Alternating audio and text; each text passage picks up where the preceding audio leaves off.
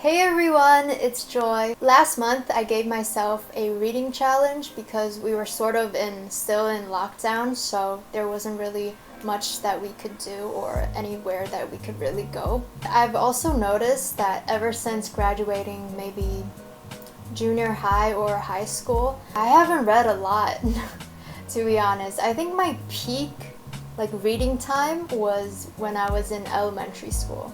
I really loved reading when I was in elementary school, and I would read a lot. So yeah, this is everything that I read in the month of July. First off, we have Atomic Habits by James Clear. I'm sure a lot of you guys have already heard about this book. I actually enjoyed this book quite a lot. I don't really usually read self-help books or non-fiction books.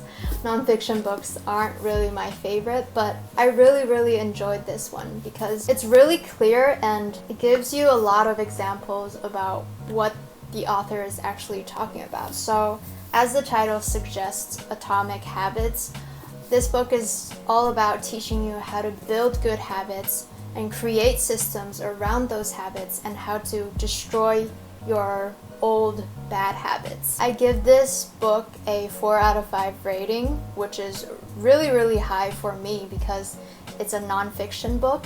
But I really enjoyed it. I can see why so many people really enjoyed this book.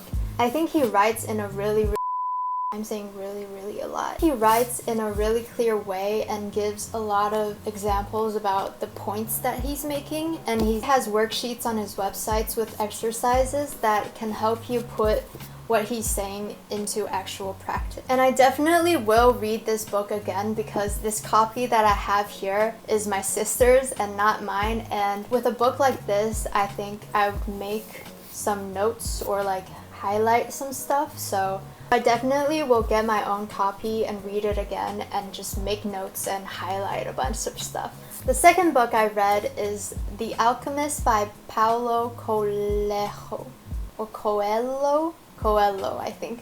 I think that's how you pronounce his last name.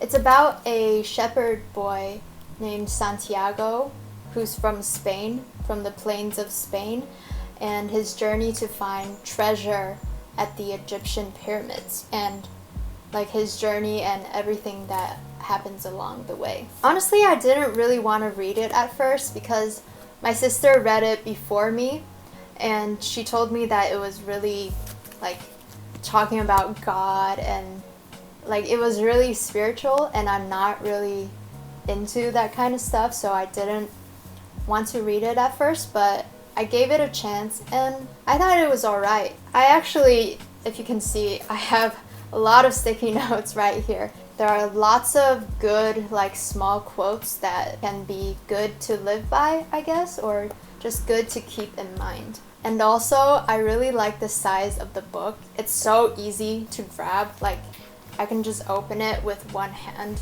and it's fine. So yeah, I don't know. I really like small books like this. And I give it a 2.5 out of 5. The next book I read is The Virgin Suicides by Jeffrey Eugenides. And this...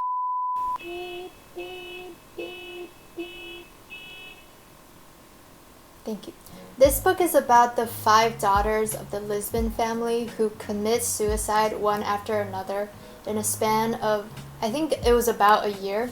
The story is told through 5 boys that were in the same neighborhood as them 20 years after the suicides. And this is actually a reread for me because I think I bought this book in probably when I was in junior high school, and I read it for the first time then. I don't think I really enjoyed it because it was kind of boring to me, to be honest, because it was just the boys talking about such meticulous, such small things that happened in the neighborhood that I feel didn't really relate or wasn't really in any connection with the suicides. So yeah, I didn't really get this book, so I didn't really like it, but I think maybe it's a cultural thing because I looked up some reviews online and a lot of people seemed to really enjoy it and said that it reminded them of their growing up and their childhood, so I don't know, maybe it's a cultural thing.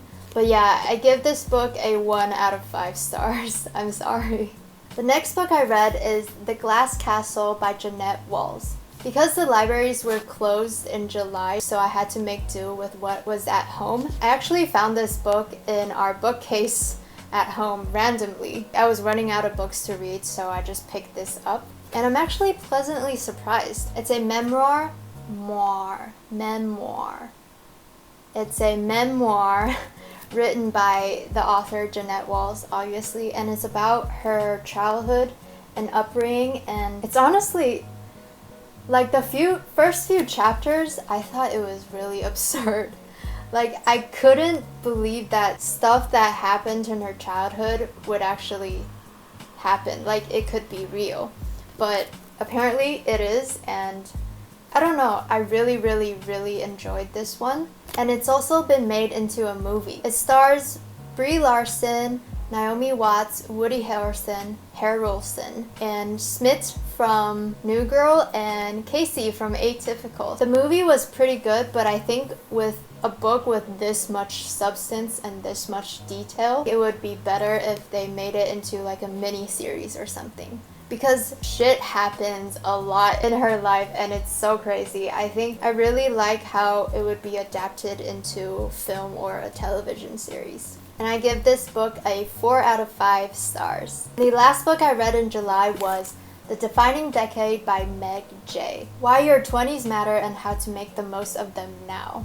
I got this book last year because I was really freaking out about turning 20 and entering my 20s. I actually heard about this book from a YouTuber, and the reviews I've read online were really good, so I decided to buy one for myself.